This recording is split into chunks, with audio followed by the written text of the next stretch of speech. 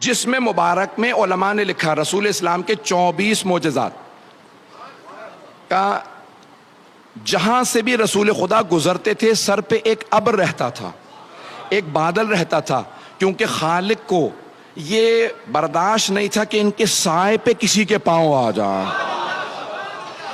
ان کے سائے پہ بھی کسی کے پاؤں نہ آئیں۔ اب اگر کبھی کسی نواسے کو کاندھوں پہ سوار کریں تو پھر ماننا پڑے گا خالق کی اجازت تھی۔ دوسرا، قد آور سے قد آور آدمی جب پیغمبر کے سامنے آتا تو رسول اسلام سر سے لے کے گردن تک اونچے نظر آتے تھے۔ کوئی بھی بلند قامت سے بلند قامت آدمی پیغمبر کے سامنے آتا تو سر سے لے کے گردن تک چھوٹا نظر آتا تھا۔ پیغمبر بہت زیادہ لمبے نہیں تھے لیکن وہ آدمی پھر بھی چھوٹا نظر آتا تھا۔ صحابہ کہتے تھے یا رسول اللہ یہ کیا ماجرا ہے؟ کہا میرے خالق کو منظور نہیں کوئی مجھ سے اونچا نظر آئے۔ اتنے لوگ ہیں یا نہیں؟ یہ دوسرا معجزہ بھی میں نے صرف پیش کیا ہے۔ تیسرا معجزہ علماء نے لکھا ہے، کہا کہ آپ کا جو پسینہ تھا اس سے خاص خوشبو آتی تھی جو نہ کسی گلاب میں تھی، نہ کسی پھول میں تھی، نہ کسی عطر میں تھی۔ آپ کے پسینے سے خاص خوشبو آتی تھی، توجہ ہو، پسینے سے خاص خوشبو آتی تھی، جسم مطہر سے خاص خوشبو آتی تھی۔ ایسی خوشبو آتی تھی کہ جہاں سے آپ گزر جاتے تھے 1 سے 2 دن تک کافر و مشرک جب وہاں آتے تھے تو سونگ کے بتاتے تھے لگتا ہے محمد گزرے ہوں گے۔ تو دوسرا پوچھتا کیسے معلوم؟ کہ وہ جو خوشبو ان کے بدن سے آتی ہے نا وہ اس جگہ سے آ رہی ہے۔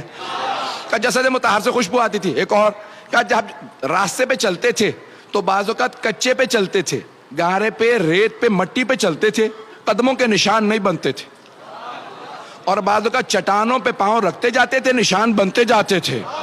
اب سمجھ میں آیا یہ قدم گاہ کے نشان کیوں ہیں؟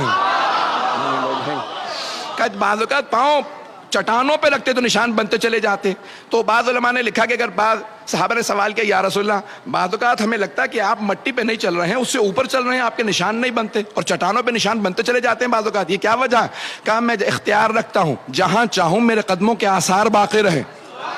ارے جسے قدموں کے آثار پہ اختیار ہو کیا دلوں پہ اختیار نہیں ہوگا؟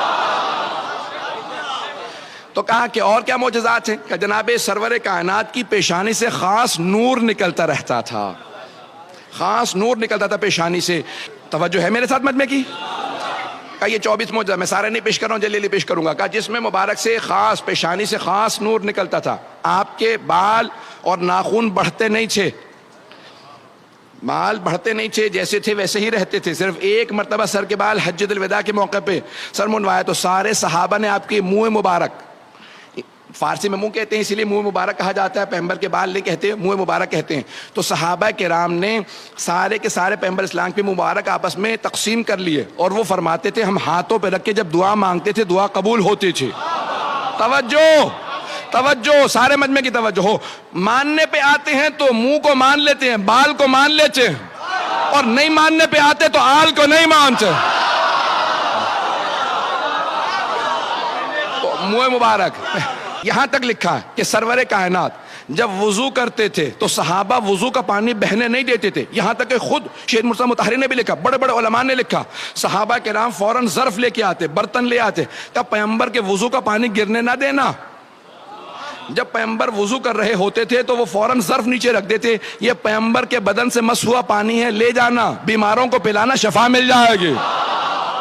تو صحابہ کرام تبرکن پیغمبر کے بدن سے مس ہوا پانی لے جاتے تھے، تبرکن۔ تبرک کے منکروں کو بتا دیجئے صحابہ تبرک کو مانتے تھے۔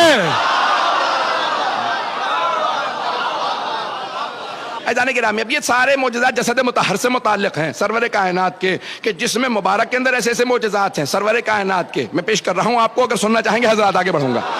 یہاں تک کہ جناب خدیجۃ الکبریٰ نے میسرہ اپنے خادم سے پوچھا تھا جو ان کا منشی تھا کہ جب تم سفر میں ساتھ تھے تو تم نے کیا غور کیا؟ کہا بی بی جب رات کو خیمے نصب کر دیے جاتے تھے سب لوگ زمین پہ اپنے بسترے لگا کے سو جاتے تھے، تو جب بھی کوئی خیمے میں آتا تو اشارہ کر کے بتا دیتا تھا یہ محمد سو رہا ہے۔ تو کہا میسرہ پتہ کیسے چلتا تھا؟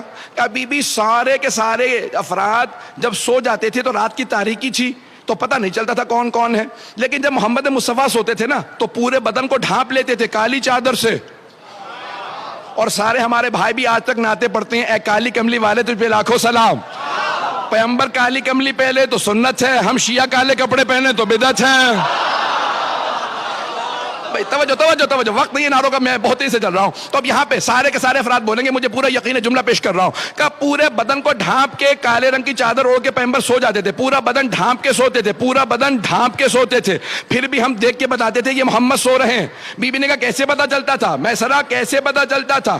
کہ بی بی جب سارے سو رہے ہوتے تھے تو وہ سب کے سب تاریکی میں ہوتے تھے، لیکن جب محمد مصطفیٰ سوتے تھے تو ان کے بدن سے نور چھن چھن کے نکلتا تھا، کالی چادر سے بھی نور باہر آ رہا ہوتا تھا. ہم نور دیکھ کے بتا دیتے تھے یہ محمد سو رہے ہیں. تو اب مجھے کہہ لینے دیجئے، اگر پیغمبر کو شب ہجرت کسی کو اپنے بستر پہ سلانا ہو تو کسی ایسے کو سلائیں گے جس کے جسم سے ویسا ہی نور نکلتا ہو.